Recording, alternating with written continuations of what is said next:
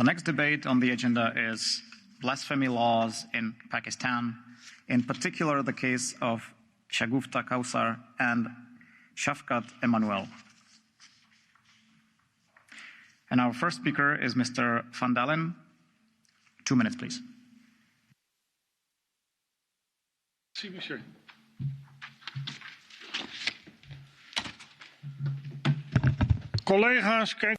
Colleagues, take a good look at this picture.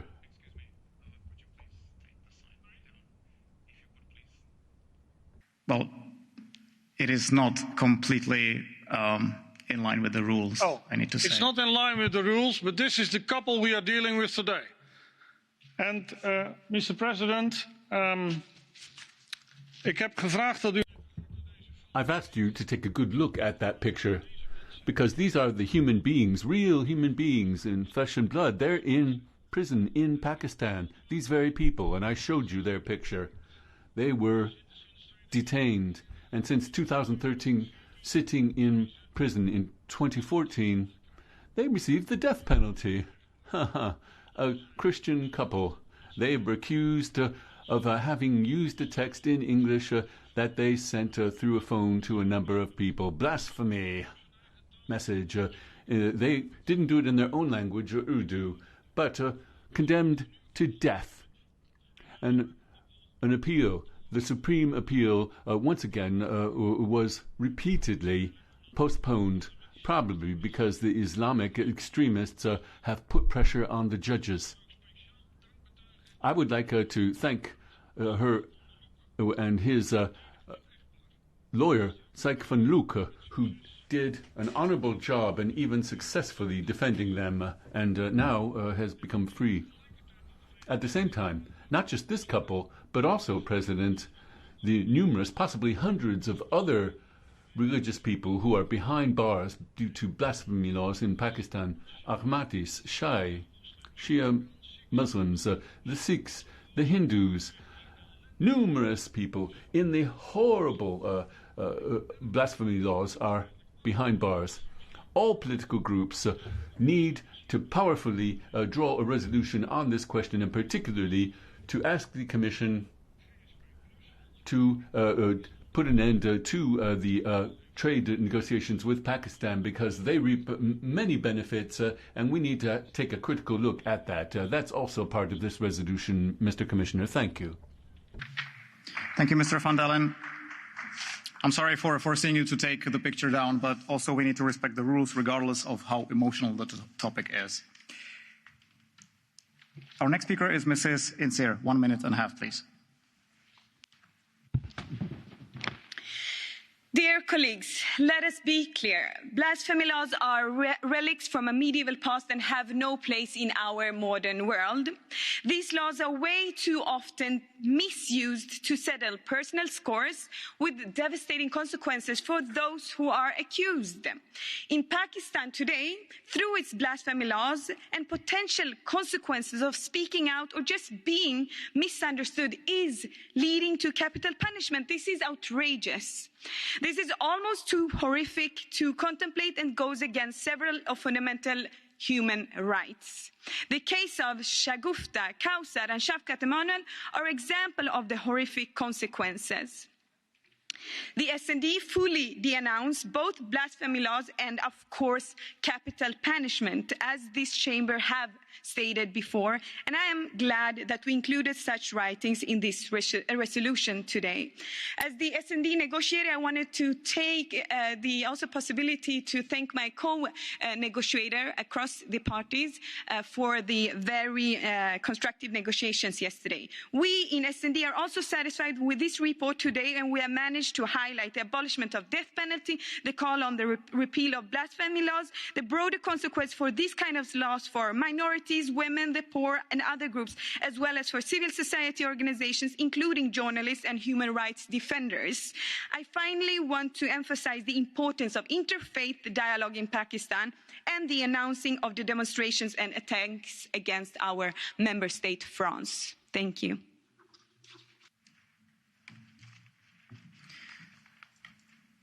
And our next speaker is Mr. Garicano. I cannot see him in the chamber.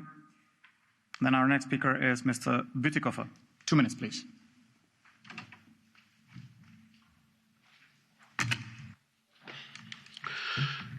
Thank you, President, Mr. Commissioner, colleagues. We're all united in the one stance that we oppose not only the specific cruel blasphemy laws that are being implemented in Pakistan, but any persecution of individuals because their use of the right to religious freedom. In this particular case, we're talking about a Christian couple that is under the threat of the death penalty. But as Mr. van Dalen has pointed out in his words, the same terrible laws have been putting many other people, many other citizens belonging to different creeds and faiths also in prison. And we could be talking about other individuals just the same. We're not making a distinction there. We support wholeheartedly the religious freedom, including the freedom not to profess a religion. And we should indeed support, as the colleague has just said, interfaith dialogue also in our own home countries to give a positive example of how to deal with religious differences without allowing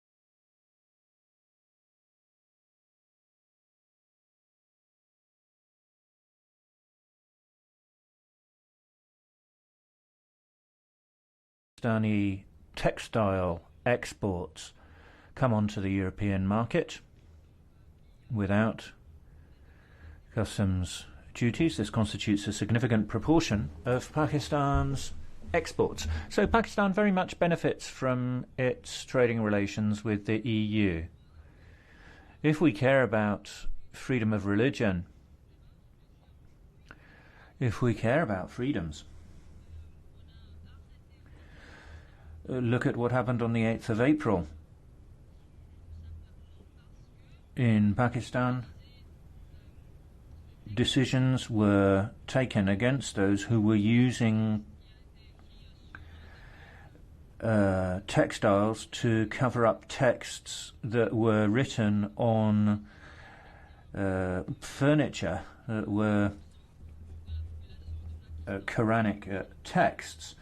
Only 1.5% of the population is Christian, but Shagufta, Kausar and Shafqat, Emmanuel were accused of blasphemy with SMS messages in English when they in fact are not English speakers. They're still in prison and they're awaiting implementation of the death penalty. Does Pakistan really care about respecting the rights of all of its citizens, including Christians? Now speeches on behalf of political groups will follow. We start with the EPP. Our next speaker is Mr. Gala. 1 minute, please. Thank you, President. Dear colleagues, the current anti-blasphemy law in Pakistan has been captured by religious extremists on the one side to argue against minorities, from Christians to Ahmadis, and on the other side for popular individual misuse in case you want to get rid of an evil neighbor. I have followed the political discussions in Pakistan for years.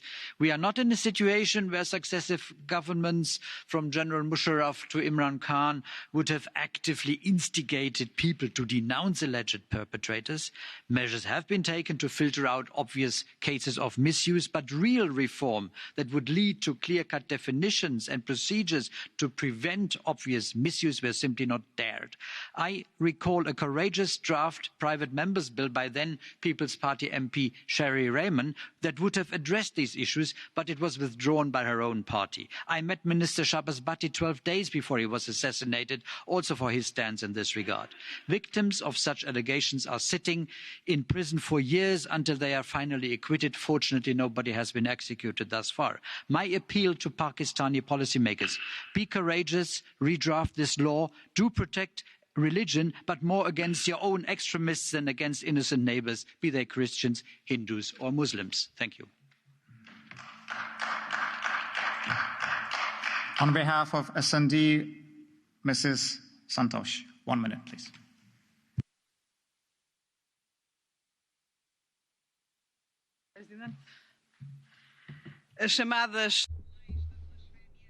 So-called blasphemy laws constitute intolerance and a violation of freedom of thought and freedom of the press. Shagufta Kausar and Shafkat Emmanuel have been imprisoned and sentenced to death, and that is an extremely it's an extreme example of something that's been happening in Pakistan for years. It's a violation of the principle of freedom of thought. It's also a persecution of a religious minority. There are many forms of discrimination in the country, and I deplore all these forms of discrimination. I call on the withdrawal of the death penalty and withdrawal of the blasphemy law. All prisoners who've been imprisoned on the basis of the blasphemy law should be freed. The EU, through its Pakistan delegation, should continue to provide support for NGOs who give assistance to the victims of religious violence and human rights activists. Trading relations with Pakistan should include an effective dialogue on human rights. Thank you. Our next speaker on behalf of Renew, Mrs. Loazo, 1 minute and a half.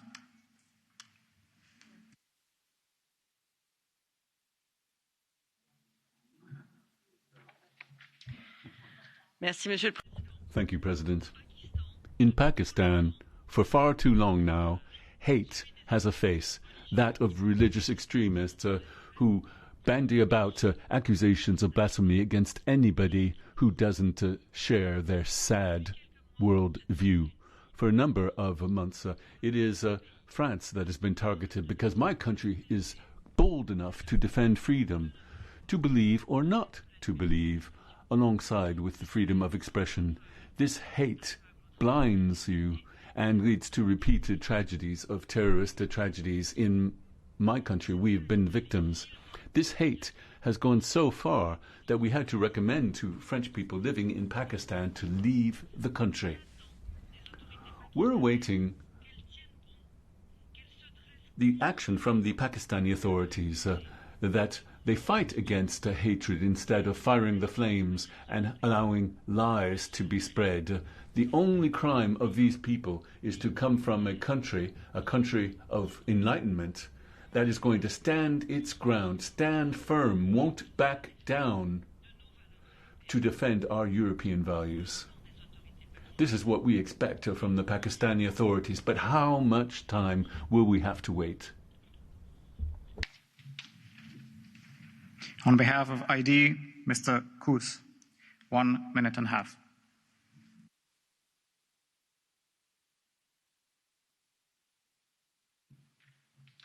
Vielen Dank, Herr Präsident. Thank you, President. Commissioner, dear colleagues.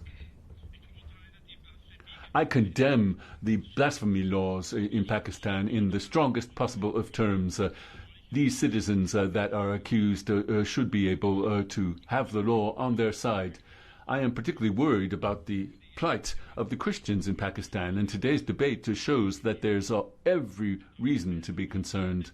In the World Persecution Index of Open Doors, Pakistan is in the 5th place worldwide. Well done. And here, we need to connect the dots. It would be better if an attempt had been made on the subject of blasphemy laws that we cooperate with Pakistan instead of just sanctioning them. Pakistan is in a war against terrorism and is in the front line. The Pakistani government is fighting with a lot of effort against terrorist cells that refer to sit down at the negotiations table. The Pakistani government is walking on a very, very narrow path. There's the power of the Islamic powers, and that is a balancing act which is at the heart of this problem. Education, of course, has been sidelined by the establishment, and the indoctrination of the blasphemy laws only benefit. The solution to this problem will be consistently separating religion from the state. Although in the Islamic world that seems tricky, we in the EU need to conduct a policy that strengthens the secular forces in Pakistan. Thank you for your attention. Mrs. Kanko, on behalf of ECR, 1 minute, please.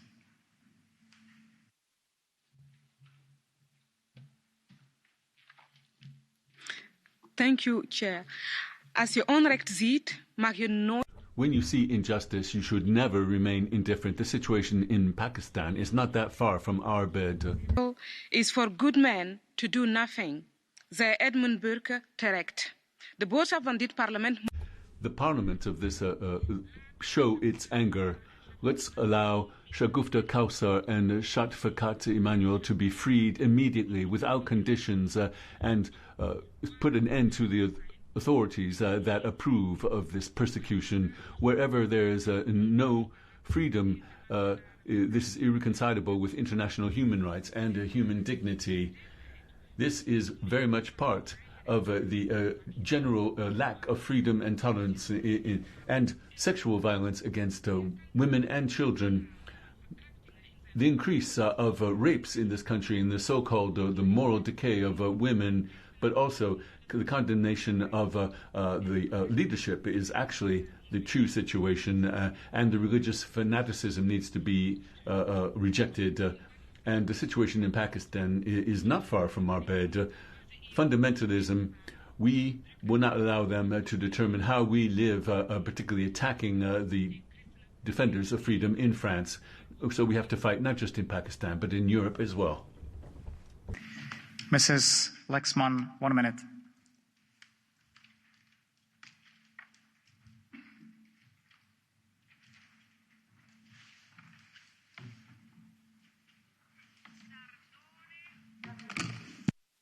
Govia, I tend to... Colleagues, the recent case of use of so-called blasphemy laws has left us all worried. Shagufta, Kausar and Shafkat Emmanuel need to be released immediately. Unfortunately, freedom of religion and freedom of belief are still being limited throughout the world. Christians in many countries are facing persecution. The Chinese Communist Party is committing genocide on its Muslim population and is destroying their places of worship. Islamist fundamentalists are killing people of all religious beliefs. According to the recent report of ACN Foundation, up to 5.2 billion people throughout the world live in a country where there is no religious freedom. So this is all the more the reason for the European Commission to stop hesitating and to appoint a new EU Special Envoy for protection of religious freedoms. We've been calling for this for a long time now. Let's not forget that the EU needs to stand up for religious freedoms because it's a crucial instrument in our response to many current challenges around us. Thank you. Mrs. Sardone, 1 minute, please.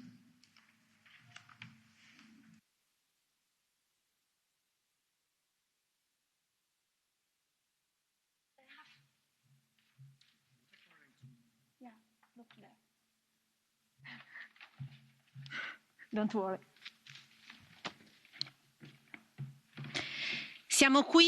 We are here in order to speak about a Christian Pakistani couple condemned to death because of blasphemy in 2014. Why? For a series of messages, and it was alleged that this involved insult of the Prophet Muhammad. Now, these individuals have been persecuted in the most horrific fashion, and I think it's very, very clear that we ought to state clearly that these individuals ought to be released immediately. Now, for the Prime Minister of Pakistan, that this particular issue ought to be compared to denial of the Holocaust, totally unacceptable. Madam Bibi as well, in prison, once again, for the same reason, persecution, blasphemy, and what we see is a total trampling of human rights, of freedom of speech. Frequently, Christians are condemned to death in Pakistan, and the numbers increase day by day. Christians are persecuted, their churches are burned, and thousands of children, Christian children, are enslaved, forced to convert to Islam. They are involved in forced labor until they do so. And I think it's really a shameful fact that Europe has turned its back on these individuals, and it's only characteristic of what takes place in numerous Islamic countries, what is taking place in Pakistan. We ought to act now. Thank you. Our next speaker is Mr. Rausen. 1 minute, please.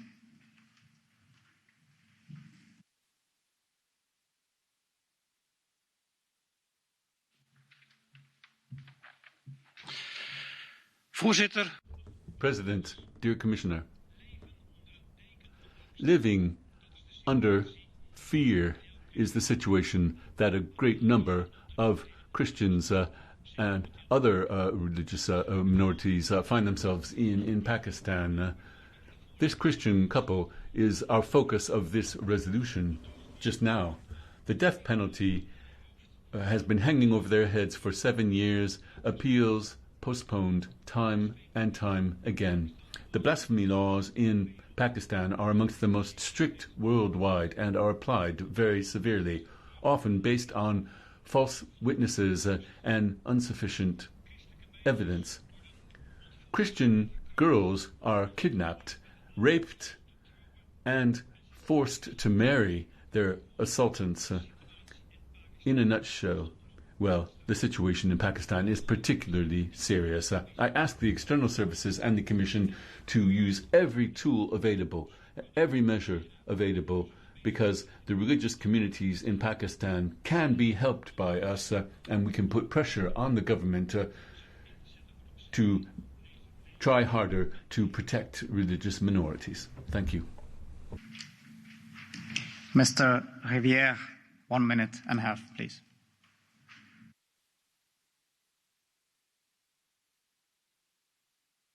Merci, Monsieur le Président. Thank you, President, Commissioner. This personal case of Shagufta, Kausar and Shafkat, Emmanuel, show how Christians in the East suffer.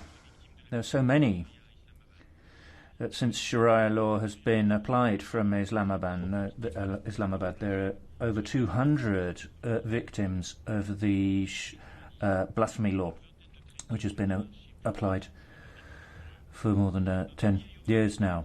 Our Christian Europe needs to defend fellow Christians against these attacks and against these medieval attitudes. In the EU and in France, we need to defend Christians in the East. Freedom of religion, freedom of thought. If you look at the violence in Islamabad against the French embassy, and the French ambassador had to leave the country, look at Turkey's Erdogan and the provocations that we see. We need simple, efficient measures. We need to take Pakistan out of the trading preferences in GSP+. Since 2014, Pakistan has had more than 650 million euros through development cooperation mechanisms. We shouldn't give them another euro while they still have barbaric blasphemy laws. We defend our values in the EU and in our European Parliament, but words are not enough. We need action. Mr. Poremba, 1 minute, please.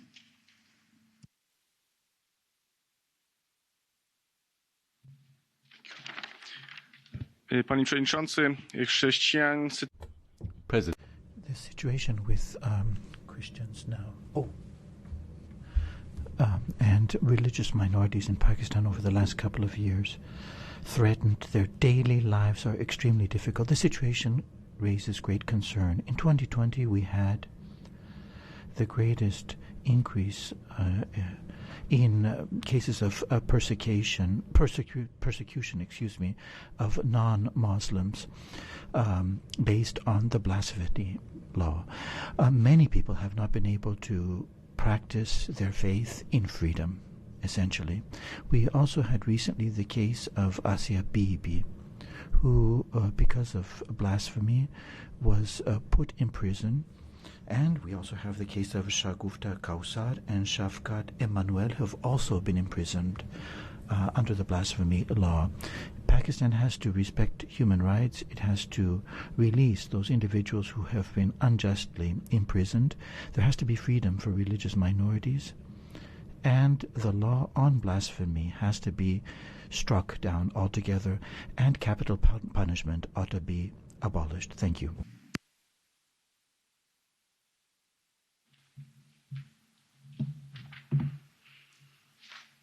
Grazie, Presidente. Thank you, President. Two. Shagufta Shafkat and Shafkat Emmanuel have been condemned to death because of a text message. A couple of months ago, a number were accused of blasphemy because of some very insignificant statement that they made concerning one of the surahs in the Quran. But let's not forget that the majority of individuals that have been accused of blasphemy are actually Muslims. So I have a great, indeed, respect for this country and its culture. But a government, irrespective of the course of history, has, and irrespective of the fact that we have the pandemic having really killed thousands in that country, this particular piece of legislation continues to be implemented. It is a moment to call for tolerance, to fight against intolerance, and to fight in favor of human rights and respect for human rights, particularly at this moment in time. Thank you very much. 1 minute, please.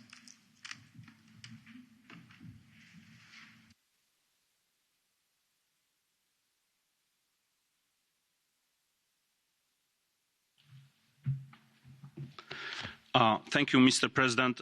According to various human rights reports, Blasphemy laws in Pakistan are often exploited to settle personal rivalries or to persecute religious minorities, especially Christians. Pakistan's Centre for Social Justice stated that 2020 marked the highest number of accusations under blasphemous laws. Many of these accused people have been murdered before their trials were over. I believe that through these laws, Pakistan is actively limiting freedom of expression, of religion and of belief. Therefore, I'm asking the Pakistani authorities to stop these infamous acts, revise the blasphemy law, and above all, ensure lasting security for all citizens of the country. I call on the government to immediately and unconditionally release the Christian couple from the detention. Finally, I urge the EU and the other relevant external action bodies to address human rights and freedom of speech concerns with Pakistani authorities. Thank you.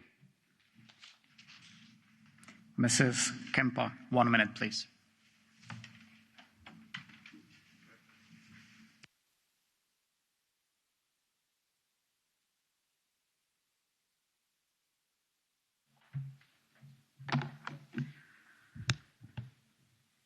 Panie Przewodniczący. Mr. President, the blasphemy laws are basically fundamentalism, a dangerous custom that costs the lives of so many Christians worldwide. It's particularly terrible that it is practiced so much in Pakistan. We're talking about Christianophobia, clearly, for people who are in jail because of their creed. They must be released. We need to make them understand that we have not forgotten them. And of course, when it comes to the church structures, we need to lend our support. And Caritas and other organizations, please, thank you for the support that you've provided. Hungary has been very much committed. There's a state secretary, in fact, for the protection of Christians. That's all great stuff. But what about the rest of the European Union? What more can we do to ensure that Pakistan finally eliminates this horrible law? Particularly, we have economic tools that we should not shy away from using to put pressure to protect the religious minorities in Pakistan and to act on their behalf. This debate is so important that, of course, there are other countries that we could get involved. Even in Europe, we have Christianophobia. Within European countries, we've seen more than 20 attacks just in France alone over the past months. We must fight this. We need, based on our Christian fundamentals, defend European values. Minute, please.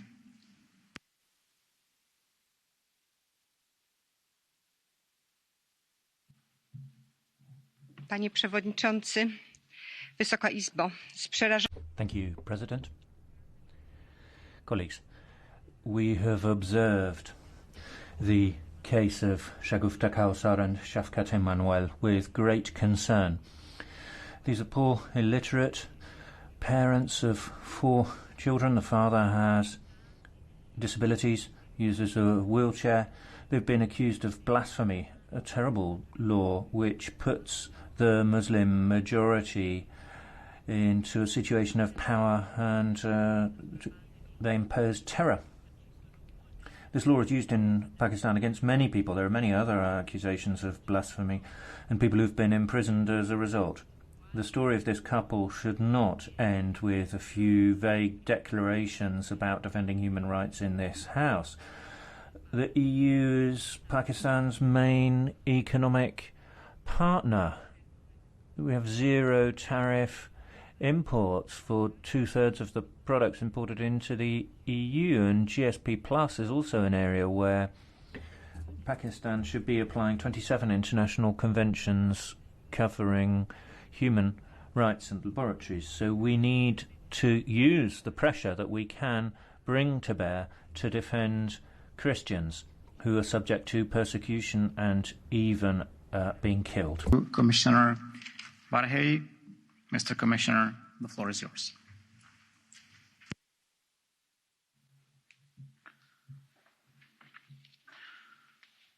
Mr. President, honourable members, the EU has a long-standing and clear position on the freedom of religion or belief.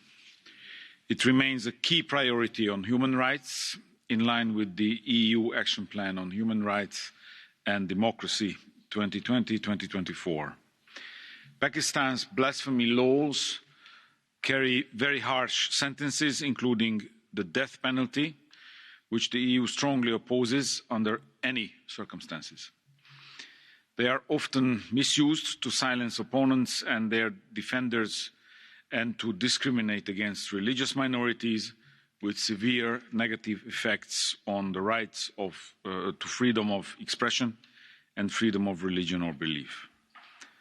Ahmadi Muslims are probably the most at risk.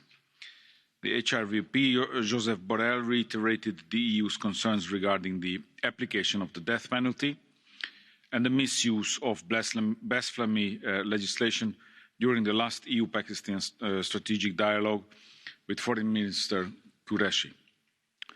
The tragic cases of individuals on death row because of blasphemy accusations also point to the structural weaknesses of the Pakistani judicial system and the unequal access to justice.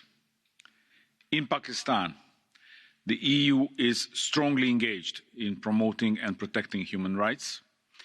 We are providing support to Pakistan to strengthen the rule of law and access to justice and to legal representation. The Generalised Scheme of Preferences Plus, the GSP Plus, granted to Pakistan requires to demonstrate progress on the implementation of the 27 international core conventions. And it constitutes a strong leverage for the EU in terms of monitoring any direct advocacy with Pakistan. Further, through the EU delegation in Islamabad and the EU Special Representative for Human Rights, the EU closely follows the regularly raises individual human rights cases with the Pakistani authorities at the highest levels. And this includes the individual cases of Shafqat Emmanuel and Shagufta Kausar. We do this in close contact with civil society partners. Honourable members, interfaith dialogue is one of the priority areas of the EU-Pakistan Strategic Engagement Plan. In December 2020, the EU delegation in Islamabad convened a roundtable to promote interfaith and intrafaith dialogue and understanding. You can rest assured that the EU will continue our regular dialogue on human rights with the government of Pakistan, and that the particular issues of blasphemy laws and death penalty remain important points on our agenda. Thank you for your attention. Thank you, Commissioner. The debate is closed. The vote will be held